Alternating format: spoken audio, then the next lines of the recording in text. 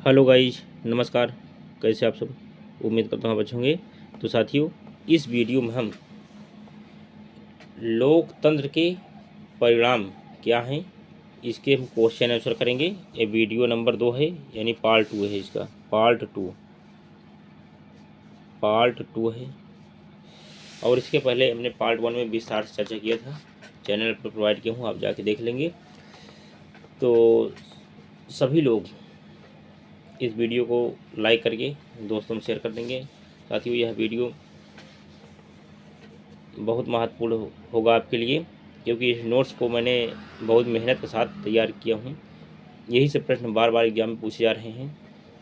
आप चाहे UP board में पढ़ाई करते हो या अन्य किसी बोर्ड में पढ़ाई करते हो, और इसके अलावा जो बच्चे भी हाल में एग्ज़ाम देने जा रहे हैं उनके लिए भी यह बहुत महत्वपूर्ण है, यूपी बोर्ड वाले। और जो हमारे भाई बहन किसी कंपटीशन तैयारी कर रहे हैं उनके लिए यह विकल्प पूछा जाएगा। तो आप लोग इस वीडियो को लास्ट तक देखिए और आप कमेंट करिए। तो चलिए देखते हैं लोकतंत्र के परिणाम। ये क्या है? पाठ का नाम है लोकतंत्र के परिणाम, इम्पॉर्टेंट क्वेश्चन, यानी महत्वपूर्ण प्रश्न। पहला है क्या? अति लघुत्तरीय प्रश्न। अब क्वेश्चन नंबर है क्या है? पारदर्शी प्रक्रिया से क्या अभिप्राय है? तो उत्तर क्या हो जाएगा? पारदर्शी प्रक्रिया वह प्रक्रिया है जिसमें लोकतंत्र के निर्णय कायदे कानून के अनुसार लिए जाते हैं। साथियों, स्क्रीनशॉट ले लीजिए इसका। अब नेक्स्ट नंबर 2 क्या है? नागरिक स्वतंत्रता क्या है? उत्तर नागरिकों के मौलिक अधिकार जिनकी रक्षा कानून करता है उसे क्या कहते हैं? नागरिक स्वतंत्रता कहते हैं। अब आगे क्या है? नंबर 3, किस कारण से अलग अलग देशों में लोकतंत्र एक दूसरे से अलग होते हैं? उत्तर क्या है? प्रत्येक देश की अलग अलग सामाजिक संस्कृति। चलिए स्क्रीनशॉट ले लीजिए इसका। चलिए प्रत्येक देश की अलग अलग सामाजिक संस्कृति, आर्थिक और राजनीतिक पृष्ठभूमि के कारण अलग अलग देशों में लोकतंत्र एक दूसरे से अलग होते हैं। क्वेश्चन नंबर 4, तानाशाही लोकतंत्र से ज़्यादा दोषपूर्ण क्यों है? लोकतंत्र से ज़्यादा दोषपूर्ण क्यों है? तो अब क्या उत्तर? तानाशाही में व्यक्ति की गरिमा को उपेक्षित किया जाता है जबकि लोकतंत्र में नहीं। अब क्वेश्चन नंबर 5 क्वेश्चन है, कुछ लोगों का अथवा एक दल का शासन क्या कहलाता है? उत्तर आगे क्या है? तानाशाही या एक दलीय शासन व्यवस्था। नंबर 6 क्या है? लोकतंत्र का कोई एक गुण बताइए। चलिए स्क्रीनशॉट ले लीजिए। लोकतंत्र का कोई एक गुण बताइए। उत्तर क्या हो जाएगा? लोकतंत्र एक उत्तरदायी, जिम्मेवार तथा वैध शासन की व्यवस्था करता है। क्वेश्चन नंबर 7 क्या है? किस देश में आर्थिक असमानता सबसे कम है? उत्तर हंगरी में आर्थिक असमानता सबसे कम है, हंगरी। क्वेश्चन नंबर 8 क्या है? सामाजिक असमानता का कोई एक रूप लिखिए। क्या है? उत्तर लिंग भेद, जाति भेद आदि। लिंग भेद, जाति भेद आदि। क्वेश्चन नंबर 9, अलोकतांत्रिक सरकारें लोकतंत्र की तुलना में जल्दी निर्णय क्यों ले लेती हैं? उत्तर क्या हो जाएगा? चलिए आंसर इसका देखिए। अलोकतांत्रिक सरकारें लोकतंत्र की तुलना में जल्दी निर्णय ले लेती हैं क्योंकि उन्हें विधायिका का सामना नहीं करना होता है। अब आगे क्या है? क्वेश्चन नंबर 10, लोकतंत्र में निर्णय निर्माण में समय अधिक क्यों लगता है? उत्तर क्या हो जाएगा? लोकतंत्र में निर्णय निर्माण पर्याप्त विचार विमर्श के बाद लिए जाने के कारण समय अधिक लगता है। क्वेश्चन नंबर 11, लोकतंत्र का क्या अर्थ है? तो लोकतंत्र का अर्थ है बहुमत का शासन। चलिए स्क्रीनशॉट ले लीजिए इसका। अब नेक्स्ट अब आता है साथियों लघु उत्तरीय प्रश्न। लघु माने छोटा होता है, छोटा अति से थोड़ा बड़ा। अब देखिए, लोक लोकतंत्र के सिद्धांतों को जीवन के सभी क्षेत्रों में कैसे लागू किया जा सकता है? उत्तर क्या हो जाएगा? किसी लोकतांत्रिक फैसले में उन सभी लोगों से राय विचार करने तथा सहमति प्राप्त करने की प्रक्रिया शामिल है जो इस फैसले से प्रभावित होने वाले हैं। सभी व्यक्तियों को निर्णय निर्माण प्रक्रिया में भाग लेने का समान अधिकार है। नेक्स्ट है, किसी भी धनी या शक्तिशाली व्यक्ति को विशेष अधिकार प्राप्त नहीं है, चाहे छोटा हो चाहे बड़ा हो। अगर लोकतंत्र के दायरे में है तो सबके लिए नियम कानून एक रहेगा। अब क्वेश्चन नंबर 2 क्या है? लोकतांत्रिक सरकारों में फैसले लेने में अधिक समय क्यों लगता है? उत्तर, लोकतांत्रिक सरकारों में फैसले लेने में अधिक समय लगता है क्योंकि लोकतांत्रिक सरकारों को विधायिका का सामना करना होता है। लोकतांत्रिक सरकारों को बहुसंख्यक या, चलिए स्क्रीनशॉट लीजिए इसका। अब यहाँ भी देखो लिखा है, लोकतांत्रिक सरकारों को बहुसंख्यक या अल्पसंख्यक नज़रिए का ख्याल रखना पड़ता है। लोकतंत्र में निर्णय बातचीत और मोल तोल के आधार पर लिए जाते हैं। अब आगे क्या है? क्वेश्चन नंबर 3, लोकतंत्र की विशेषताएं लिखिए। उत्तर क्या हो जाएगा? लोकतंत्र की विशेषताएं समान नागरिकों में समानता को बढ़ावा देता है, व्यक्ति की गरिमा को बढ़ाता है, इससे फैसलों में बेहतरी आती है, इसमें गलतियों को सुधारने का अवसर होता है, टकराव को सुलझाता है। चलिए स्क्रीनशॉट ले लीजिए इसका साथियों, ले लीजिए स्क्रीनशॉट। अब नेक्स्ट क्या है? क्वेश्चन नंबर 4, लोकतंत्र में क्यों सरकारें जनता के प्रति उत्तरदायी होती हैं? उत्तर क्या है? लोकतंत्र में सरकारें जनता के प्रति उत्तरदायी होती हैं क्योंकि उन्हें जनता द्वारा चुना और बनाया जाता है। यदि उन्होंने जनता के हित की अनदेखी की तो आगामी चुनाव में जनता उन्हें अपदस्थ कर देगी, यानी अपदस्थ मतलब यानी पद से बाहर। अब आके क्या होगा फिर? क्वेश्चन नंबर 5, लोकतंत्र के सामाजिक परिणाम लिखिए। उत्तर, लोकतंत्र के सामाजिक परिणाम क्या है? लोकतांत्रिक व्यवस्था सद्भावनापूर्ण जीवन उपलब्ध कराती है, इसमें सामाजिक टकराव की संभावना कम हो रहती है, व्यक्ति की गरिमा और स्वतंत्रता लोकतांत्रिक व्यवस्था का आधार है। नेक्स्ट क्या है? लोकतंत्र में समाज के कमज़ोर वर्गों को समानता का दर्जा देने पर बल दिया जाता है। चलिए स्क्रीनशॉट ले लीजिए इसका। आगे क्वेश्चन नंबर 6, क्या गरीबी के संबंध में लोकतांत्रिक सरकारों के कामकाज के स्वरूप को स्पष्ट करें? चलिए क्वेश्चन नंबर 6 आंसर मैं बताता हूँ। नेक्स्ट देखिए, अब उत्तर क्या हो गया? लोकतांत्रिक ढंग से निर्वाचित सरकारें गरीबों का मत लेने के लिए उनकी गरीबी निवारण की चुनाव के समय बात करती हैं, लेकिन ये सरकारें बाद में गरीबी के प्रश्न पर खरी नहीं उतरती हैं।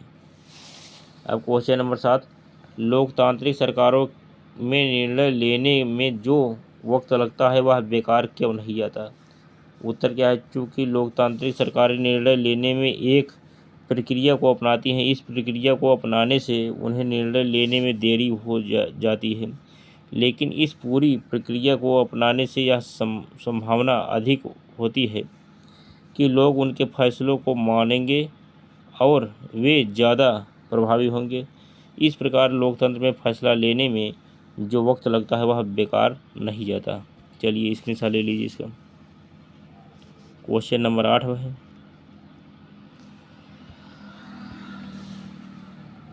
लोकतांत्रिक व्यवस्था में तानाशाही से बेहतर क्यों माना जाता है?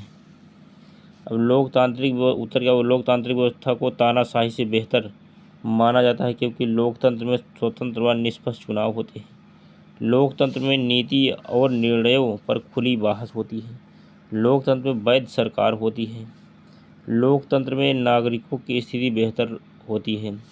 अब आगे क्या है? क्वेश्चन नंबर 9, पारदर्शिता से क्या तात्पर्य है? उत्तर क्या हो जाएगा? शासन की उस व्यवस्था को पारदर्शिता कहते हैं जिसके अंतर्गत नागरिक यह पता लगा सके कि फैसले लेने में नियमों का पालन हुआ है या नहीं, यह जानने के लिए उसके पास साधन भी उपलब्ध हों। चलिए स्क्रीनशॉट ले लीजिए। नेक्स्ट देखिए, अब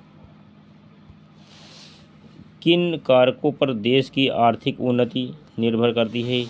कोई दो कारण बताइए। उत्तर क्या, देश का आर्थिक विकास निर्भर करती है देश के प्राकृतिक और मानवीय संसाधन और स्रोत, तथा दूसरा क्या है, अन्य देशों से सहयोग आदि कारकों पर निर्भर करता है।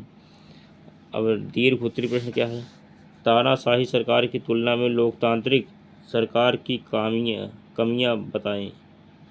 उत्तर क्या है, तानाशाही की तुलना में लोकतंत्र में निर्णय लेने में कुछ अधिक समय लगता है क्योंकि तानाशाही में औपचारिकता नहीं होती। आगे क्या है, तानाशाही सरकार की तुलना में लोकतांत्रिक सरकार ज़्यादा खर्चीली है क्योंकि यहाँ निश्चित अवधि के बाद चुनाव होते हैं। तानाशाही में उच्च स्तर पर भ्रष्टाचार हो सकता है परंतु लोकतंत्र में हर स्तर पर भ्रष्टाचार हो सकता। अब स्क्रीनशॉट ले लीजिए इसका। है लोकतंत्र में चुनाव जीतने के लिए पैसा पानी की तरह बहाया जाता है जबकि तानाशाही में ऐसा नहीं होता है। आगे है, लोकतांत्रिक शासन प्रणाली के कार्यों पर प्रकाश डालिए। उत्तर क्या हो जाएगा, लोकतांत्रिक शासन प्रणाली के कार्यों को निम्न प्रकार स्पष्ट किया जाता है। क्या है, प्रभावी और उपयोगी फैसले लेना। और लोकतांत्रिक सरकारों में यद्यपि लोकतांत्रिक सरकारों की तुलना में देर से निर्णय लिए जाते हैं क्योंकि उसे फैसले लेते वक्त विधायिका का सामना करना होता है, उसे बहुसंख्यक या अल्पसंख्यकों के दृष्टिकोणों को ध्यान में रखना पड़ता है, लेकिन इसमें जो निर्णय किए जाते हैं उन्हें स्वीकार करते हैं तथा वे अधिक प्रभावी होते हैं। अब आगे क्या है, निर्णय कायदे कानून के अनुसार तथा पारदर्शी एवं जवाबदेह कार्यप्रणाली लोकतंत्र में इस बात की पक्की व्यवस्था होती है कि निर्णय, चलिए अब यहाँ से स्क्रीनशॉट ले लीजिए।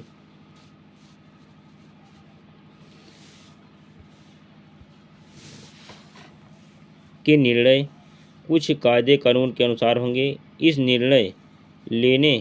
इसमें निर्णय लेने की प्रक्रिया में पूरी पारदर्शिता पाई जाती है। लोकतांत्रिक व्यवस्था में ऐसी सरकार का गठन होता है जो कायदे कानूनों को मानेगी और लोगों के प्रति जवाबदेह होगी। लोकतांत्रिक सरकार नागरिकों को निर्णय प्रक्रिया में हिस्सेदार बनाने और खुद को उनके प्रति जवाबदेह बनाने वाली कार्यविधि भी विकसित कर लेती है। अब आगे क्या है, नियमित और निष्पक्ष चुनाव तथा नए कानूनों पर खुली सार्वजनिक चर्चा। क्या है, नियमित और निष्पक्ष चुनाव कराने और खुली सार्वजनिक चर्चा के लिए उपयुक्त स्थितियां बनाने के मामले में लोकतांत्रिक व्यवस्थाएं ज़्यादा सफल हुई हैं। सामाजिक विविधताओं में सामंजस्य की स्थापना। लोकतांत्रिक सरकारें आमतौर पर अपने अंदर की प्रतिद्वंदिताओं को संभालने की प्रक्रिया विकसित कर लेती हैं। इससे इन सामाजिक विविधताओं में सामंजस्य बना रहता है। अब नेक्स्ट क्या है, व्यक्ति की गरिमा और स्वतंत्रता की रक्षा। व्यक्ति की गरिमा और स्वतंत्रता के मामले में लोकतांत्रिक व्यवस्था अन्य शासन प्रणाली की तुलना में अधिक अच्छा कार्य करती हैं। साथ ही लोकतांत्रिक सरकारों ने स्त्रियों की गरिमा और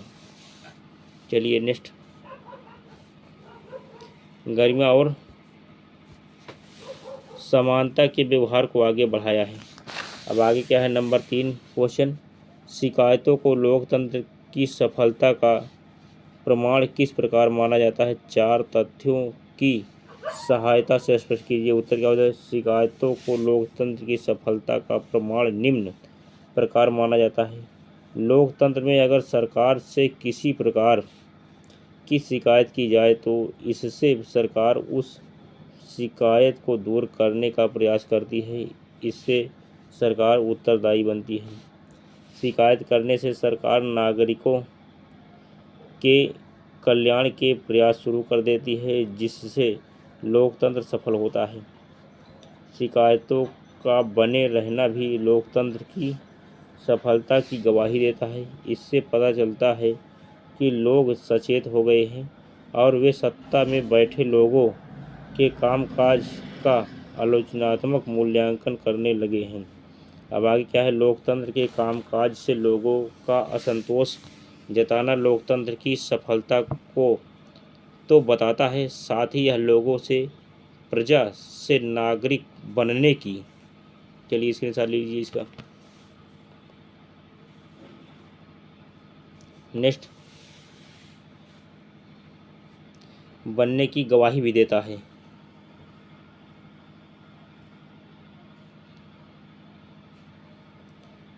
चलिए और थोड़ा है, गवाही देता है। इससे पता चलता है कि लोग सचेत हो गए हैं और वे सत्ता में बैठे लोगों के कामकाज का आलोचनात्मक मूल्यांकन करने लगे हैं। लोकतंत्र के कामकाज से लोगों का असंतोष जताना लोकतंत्र की सफलता को तो बताता है, साथ ही यह लोगों में प्रजा से नागरिक बनने की गवाही भी देता है। अब नेक्स्ट क्वेश्चन है, क्या लोकतांत्रिक व्यवस्था में आर्थिक समृद्धि और लोगों के बीच असमानता का बढ़ना साथ साथ होता है? उत्तर क्या? हाँ, लोकतांत्रिक व्यवस्था आर्थिक समृद्धि और लोगों के बीच असमानता का बढ़ना साथ साथ होता है। लोकतांत्रिक व्यवस्था में भी मुट्ठी भर धन कुबेर आय और संपत्ति में अपने अनुपात में बहुत ज़्यादा हिस्सा पाते हैं। इतना ही नहीं, देश की कुल आय में उनका हिस्सा भी बढ़ता गया। समाज के सबसे निचले हिस्से के लोगों को जीवन बसर करने में के लिए काफ़ी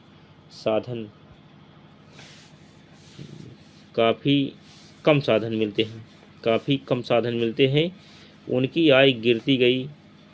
कई बार उन्हें अपनी आवश्यकताएं पूरा करने में मुश्किल आती है। तो साथियों, देख सकते हैं आज के युग जो है, जो गरीब है गरीब होता चल रहा है और जो अमीर आदमी है वह अमीर होता चला जा रहा है।